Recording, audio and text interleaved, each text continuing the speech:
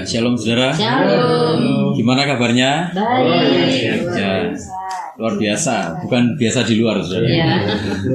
Kalau biasa di luar itu gawat itu. Ya saudara, saya akan ajak kita merenungkan dari kitab Rut saudara.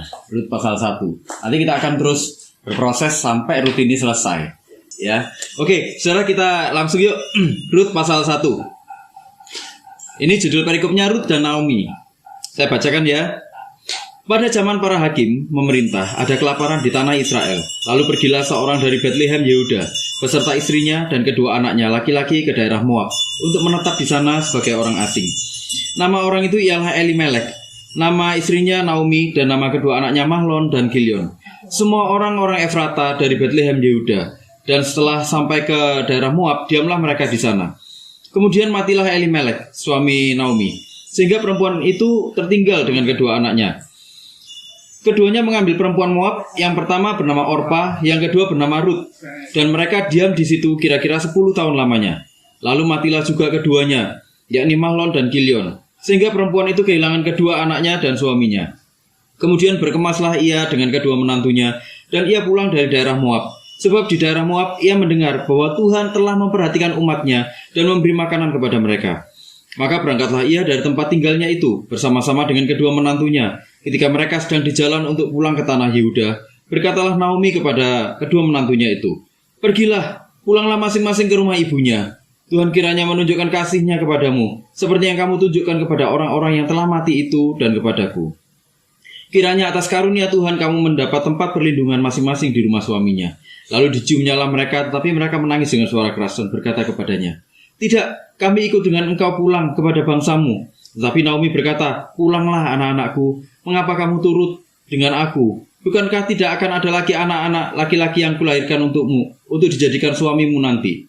Pulanglah anak-anakku, pergilah, sebab sudah terlalu tua aku untuk bersuami. Seandainya pikirku ada harapan bagiku, dan sekalipun malam ini aku bersuami, bahkan sekalipun aku masih melahirkan anak laki-laki, masakan kamu menanti sampai mereka dewasa? Masakan karena itu kamu harus menahan diri dan tidak bersuami?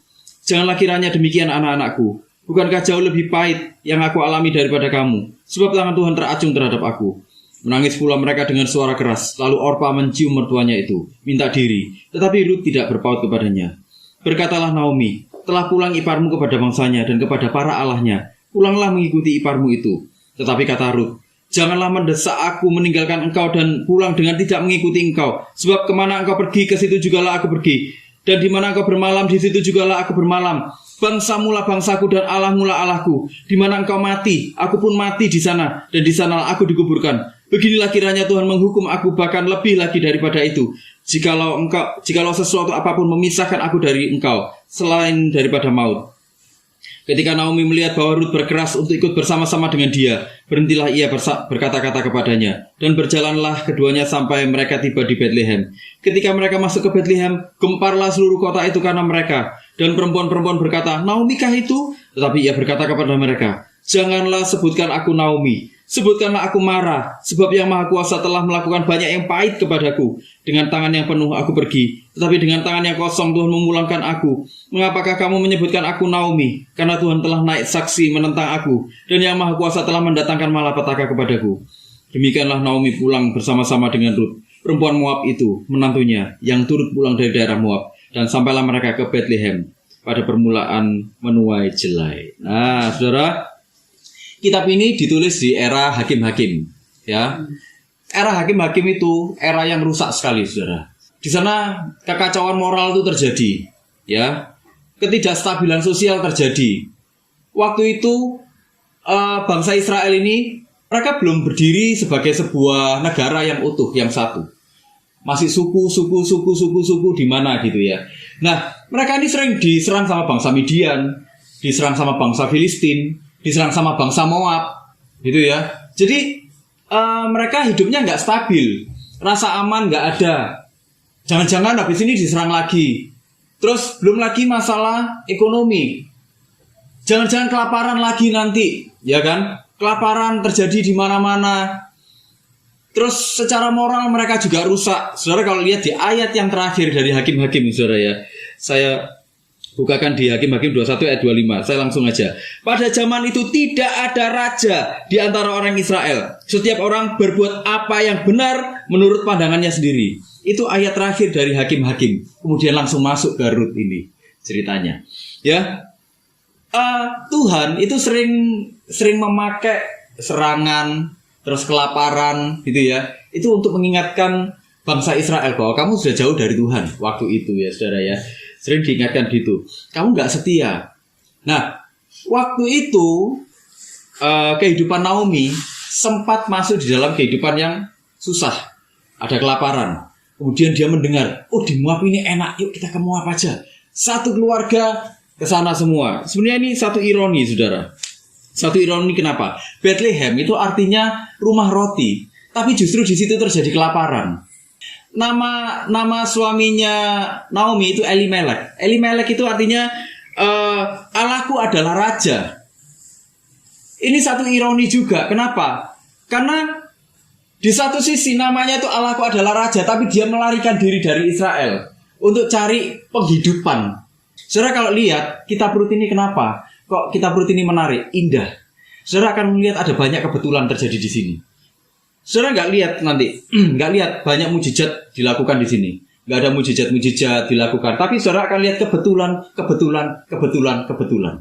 Saudara juga akan lihat betapa indahnya kitab Rut ini. Rut ini sering dianggap satu kisah narasi yang seperti novel, saudara. Ini kisah sastranya Ibrani. Sastra yang penuh dengan keseimbangan. Sastra yang penuh dengan budaya. Sastra yang penuh dengan nilai moral juga. Gitu ya. Ditulis untuk menunjukkan, ini loh, nenek moyangnya Nuh itu juga berasal dari bangsa yang tidak mengenal Allah loh. Orang Moab. Ya kan? Nanti kalau saudara perhatikan, orang tuanya Boas itu namanya Rahab. Rahab itu juga bukan orang Israel. Ya, dia orang Kanaan. Tapi saudara akan perhatikan nanti di Matius pasal yang pertama. Saudara akan perhatikan bahwa Rahab dan juga Rut itu dicatat dalam silsilahnya Yesus. Wih, kok bisa ya? Ya kan? Disitulah Tuhan itu sedang menunjukkan bahwa kasihnya itu untuk segala bangsa. Itu loh. Ya. Nah, saudara, pergilah Naomi. Naomi ini artinya manis. Ya, sebenarnya namanya bagus loh. Artinya manis. Tapi justru di Moab dia mengalami banyak hal yang pahit. Suaminya pergi, meninggalkan dia. Kemudian anaknya mati. Anaknya itu namanya Mahlon. Mahlon itu artinya sakit.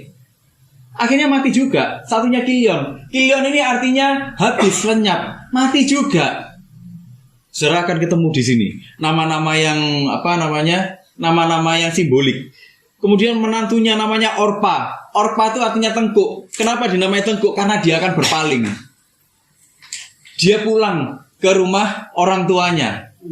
Tapi ada Rut. Namanya siapa? Rut. Kenapa dia dinamai Rut? Rut ini artinya sahabat. Sahabat itu setia nggak, saudara? Iya. Kalau nggak setia, sahabat bukan saudara. Enggak, itu teman sepermainan, saudara.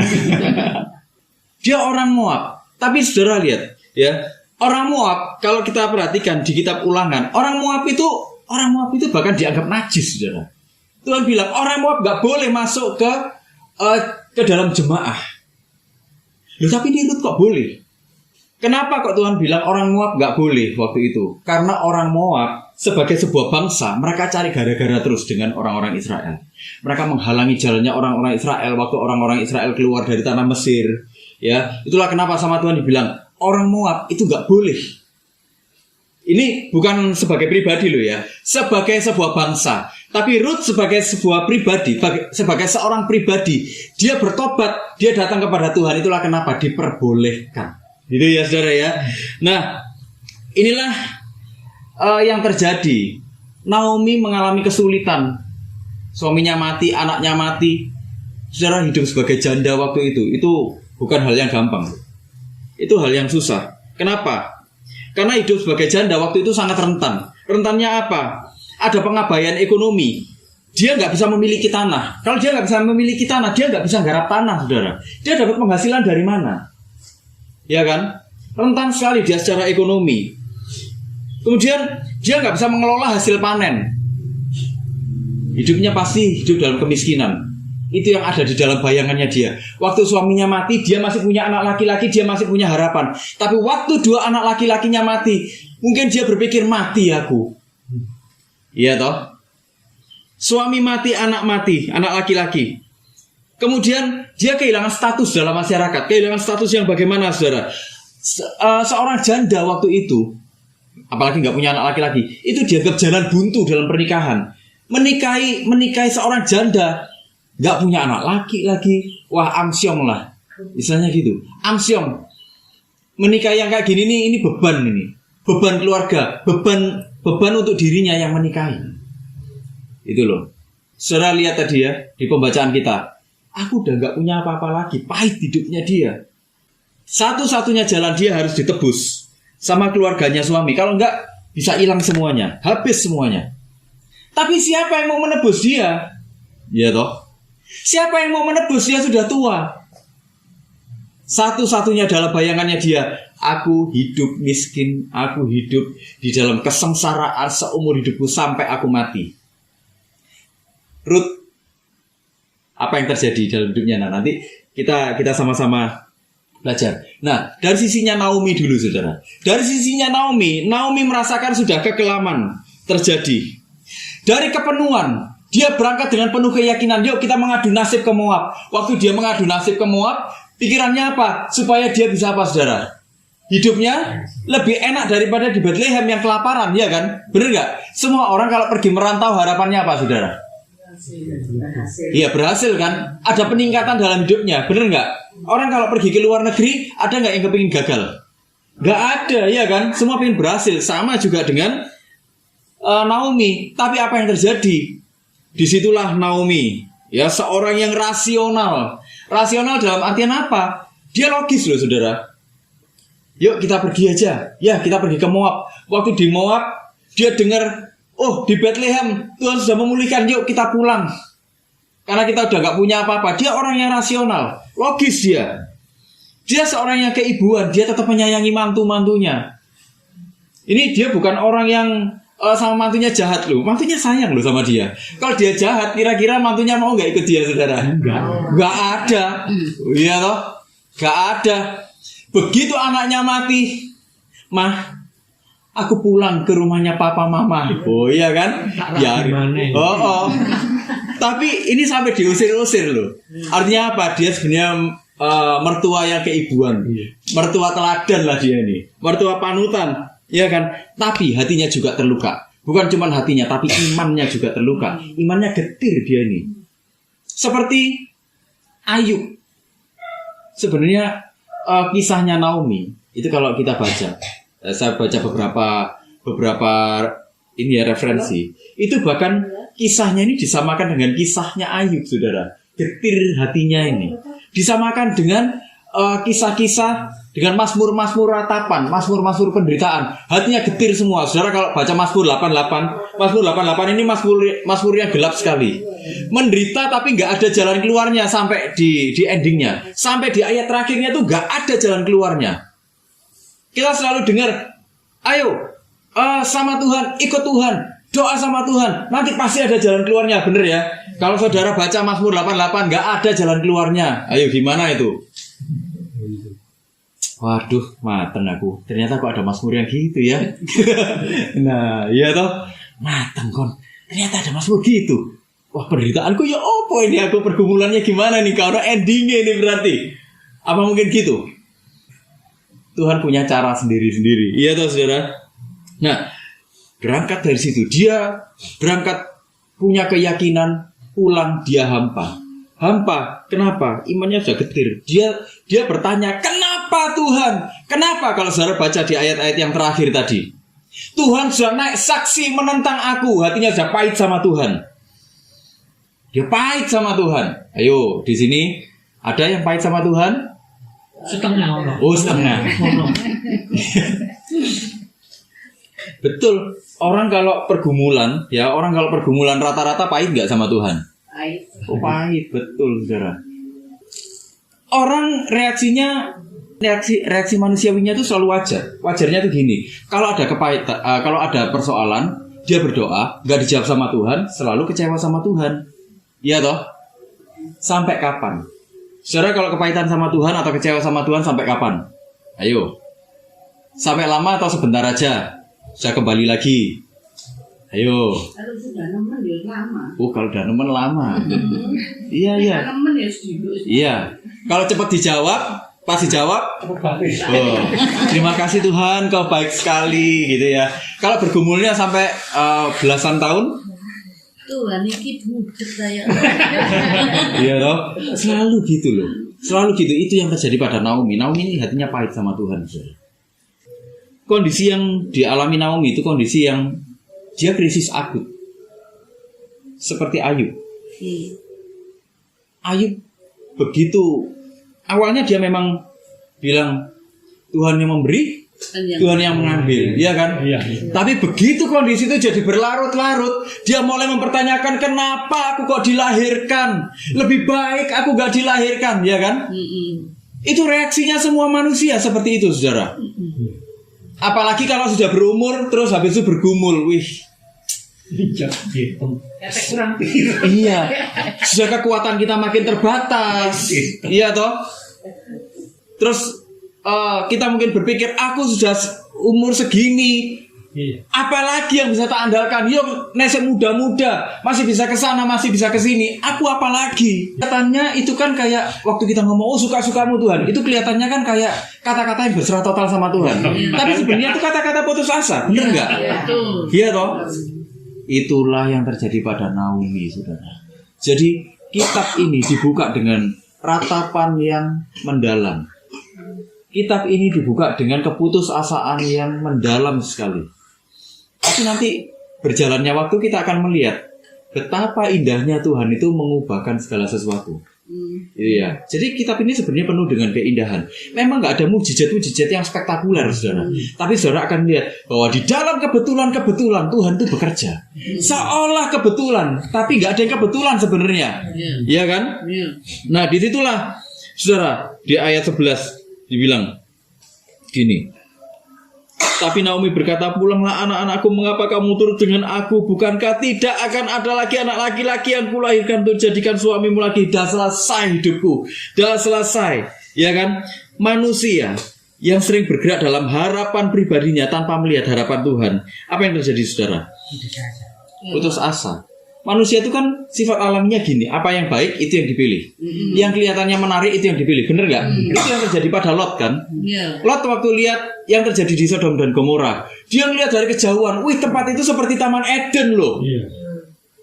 Makanya dia mengabaikan etika, seharusnya Abraham dulu yang milih, tapi apa yang terjadi? Dia duluan yang milih. Jangan sampai ini milih duluan.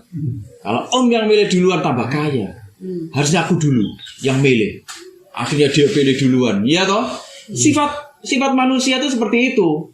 Manusia itu di dalam hatinya yang paling dalam itu ada sedikit, ada api-api keserakahannya, saudara, ya toh? Ada sifat egoisnya. Wong anak bayi aja sudah ngerti bagaimana menjadi egois.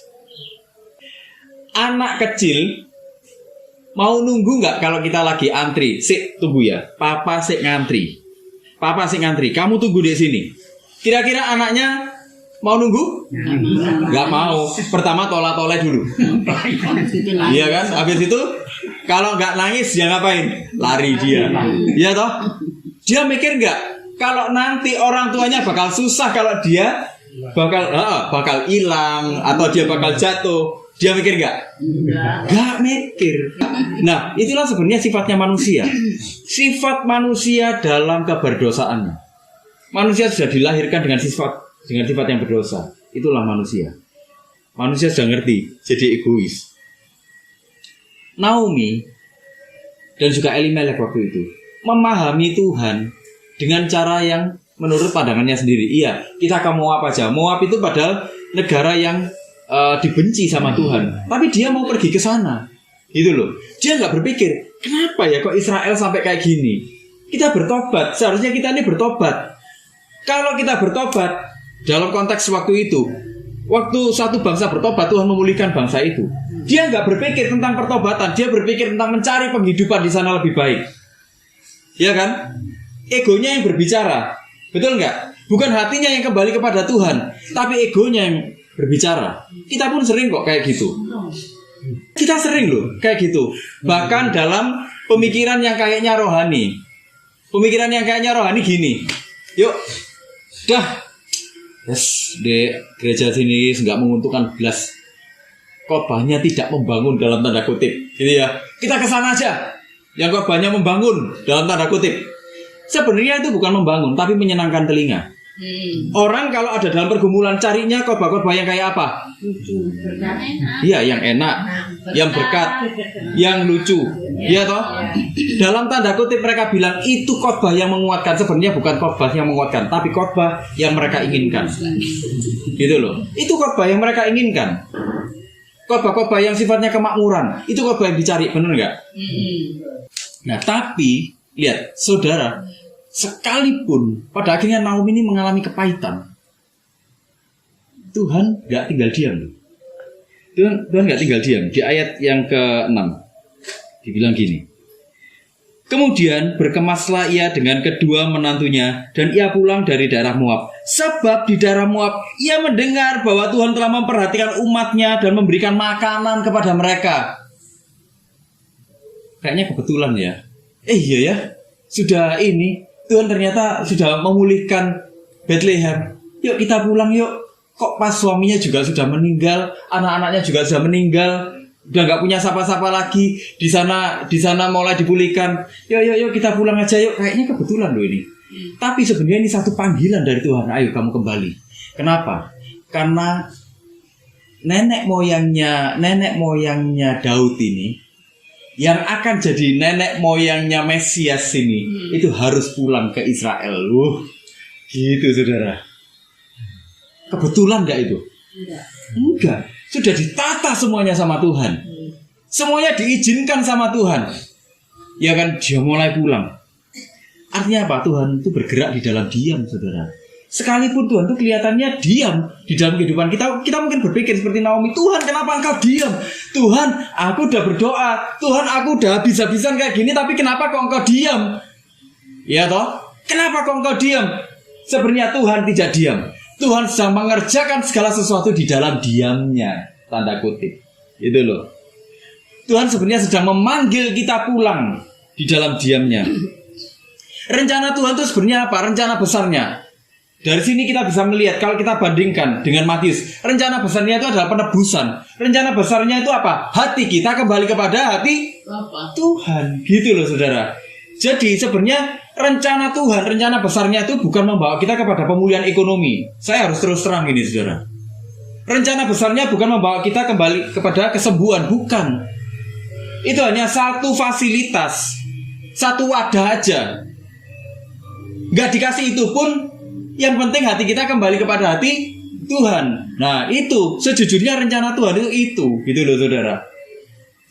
Nah tapi kan banyak orang terdistorsi kan. Kita kalau ini datang pada Tuhan, kita pasti dipulihkan. Enggak. Ada orang yang sampai matinya enggak dipulihkan kok saudara. Saya pernah dampingi orang bahkan sampai masuk ke tempat bedah. Itu ya, sampai mati enggak dipulihkan kok saudara. Tapi hatinya benar-benar kembali sama Tuhan. Gitu loh saudara. Hatinya benar-benar kembali sama Tuhan. Nah inilah Naomi yang merasa hampa. Ruth mulai masuk. Ruth ini memberikan satu harapan, saudara. Jadi di pasal 1 ini saudara akan melihat ada dua tokoh. Yang pertama ini sebenarnya Naomi. Naomi sebenarnya kelihatan dominan di sini. Tapi di tengah-tengah muncul lilin kecil, satu harapan yang namanya Ruth.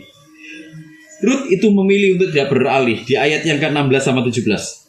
Dibilang gini saudara. Tetapi kata Ruth, janganlah desak aku meninggalkan engkau dan pulang dengan tidak mengikuti engkau. Sebab kemana engkau pergi, ke situ jugalah aku pergi. Dan di mana engkau bermalam, di situ jugalah aku bermalam. Bangsa mula bangsaku dan Allah mula Allahku.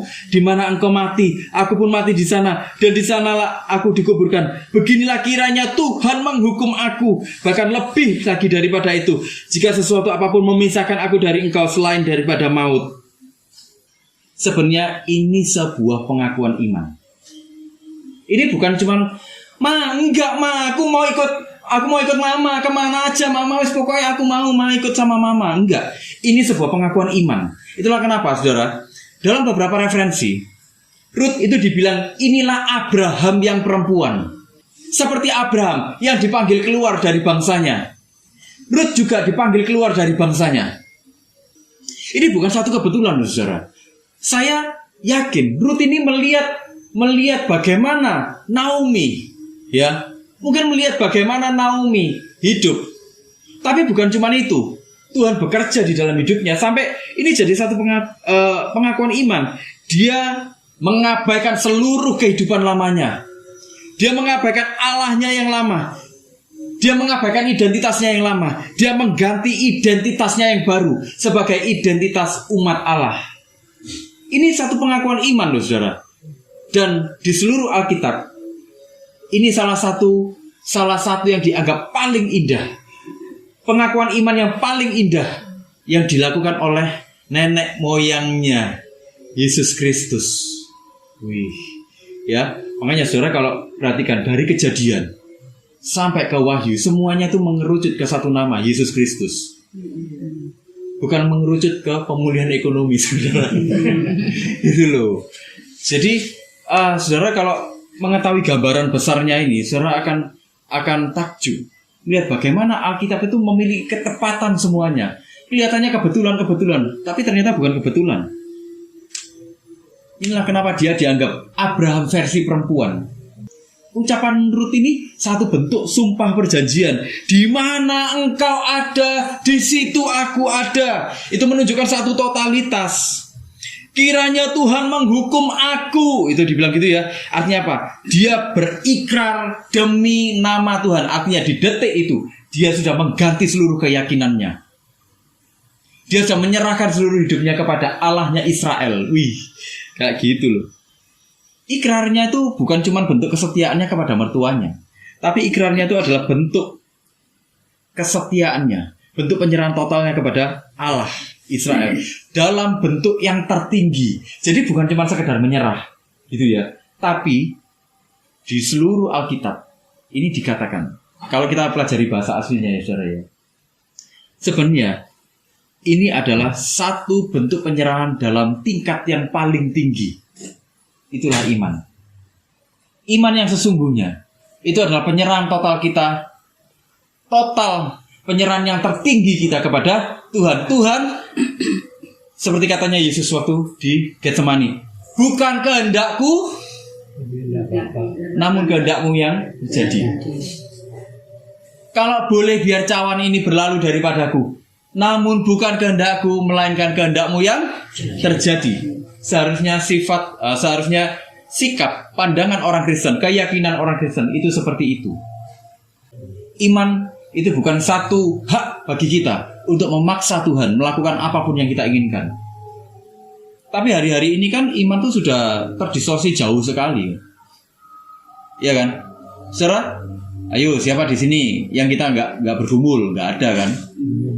Kalau saya suruh saudara hari ini, saudara, ayo saudara ambil satu kertas, saudara catat semua pergumulan saudara, juga yang saudara sudah lalui apa aja, saudara, apalagi yang umurnya sudah 60, sudah 70. Kalau di data hari ini saudara jadi satu buku, saudara jadi penulis buku hari ini, saudara.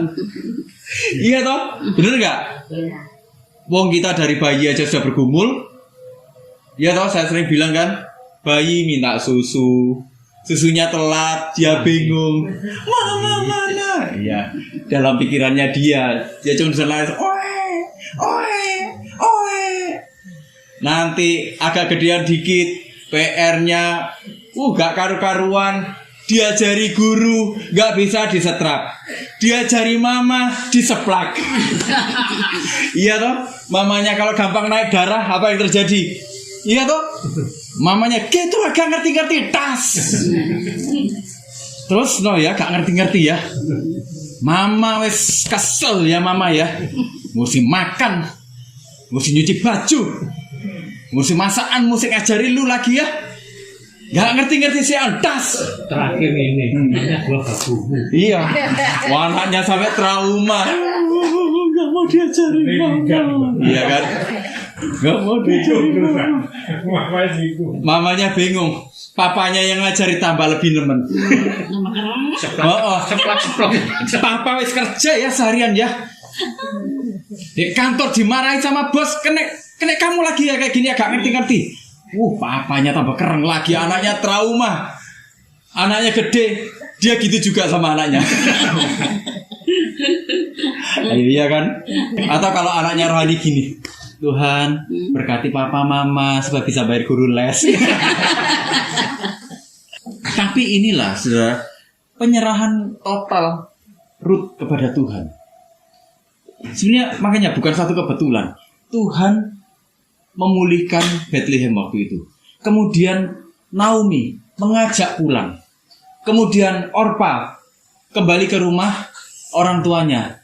Tapi Ruth karena rasa cintanya yang mendalam kepada Naomi, itu kemudian dia nggak mau. Dia nggak mau. Dia malah bilang, enggak, aku bahkan mau mengubah keyakinanku. Dan disitulah saudara lihat di Matius pasal 1. Namanya disebut dalam silsilahnya, Yesus Kristus, Tuhan, penebus kita. Wih, gak ada yang kebetulan kan saudara? Makanya di dalam hidup kita ini gak ada yang kebetulan saudara. Saudara, kebetulan demi kebetulan itu sebenarnya bukan satu kebetulan. Kalau saudara merasa ada kebetulan terjadi, kok kebetulan ada yang nolong? Enggak. Kok kebetulan gini? Sebenarnya Tuhan sedang bekerja di dalam hidup saudara. Nah, itulah kenapa saya mendorong saudara, sadarilah bahwa Tuhan itu sebenarnya sedang bekerja secara penuh, secara total di dalam kehidupan saudara. Gak ada yang kebetulan sama sekali terjadi. Mungkin Tuhan kayaknya gak jawab, tapi Tuhan jawab dengan cara yang lain. Kayaknya kebetulan, tapi itu bukan satu kebetulan. Ya saudara ya, segala yang fana itu bisa berubah. Ini yang diharapkan sama Naomi, semuanya berubah. Tapi ketetapan Tuhan itu tidak pernah berubah. Ya kalau Tuhan sudah merencanakan sesuatu di dalam kehidupan saudara, Tuhan sudah menyelesaikannya semuanya dari awal sampai akhir. Tuhan kayaknya, Tuhan kenapa ini terjadi? Tuhan kenapa ini terjadi? Saya kadang membayangkan Tuhan itu lagi ngomong kayak gini, nak, kamu protes, kenapa? Karena kamu gak tahu apa yang sedang aku kerjakan. Nah ikuti aja, nanti kamu akan melihat bahwa sebenarnya tidak ada yang kebetulan terjadi dalam hidupku. Iman kepada Tuhan itu tidak hanya menguatkan diri sendiri, tapi iman kepada Tuhan itu akan menguatkan sekelilingnya. Nanti ya kita bahas di pertemuan selanjutnya bagaimana kebetulan-kebetulan yang terjadi dan bagaimana pada akhirnya Naomi pun akhirnya dikuatkan dengan imannya Ruth. Iman yang dia ini sudah sampai pada puncak daripada iman. Puncaknya apa? Penyerahan yang total. Dia melakukan semuanya. Dia tidak mengeluh sama sekali. Saudara kalau baca seluruh kitab Nuh, kitab Ruth, saudara tidak akan menemukan satu pun kata-kata hujatan, kata-kata keluhan itu keluar dari mulutnya Ruth. Saudara kenapa? Dia disebut salah satu tokoh yang beriman, Abraham versi perempuan. Inilah antara kekelaman dengan harapan yang muncul. Di tengah kekelamannya Naomi, muncullah harapan dari Ruth.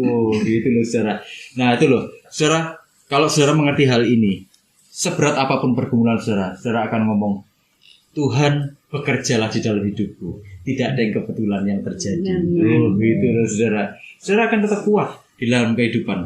Sekalipun saudara gak dinubuati apa-apa sama hamba-hamba Tuhan. Kadang kita jauh juga dari akses seperti itu. Dan sejujurnya akses seperti itu harus melalui pengujian yang ketat. Ya. Karena saya sering sharing kepada saudara, berapa banyak orang juga rusak hidupnya gara-gara nubuatan yang salah.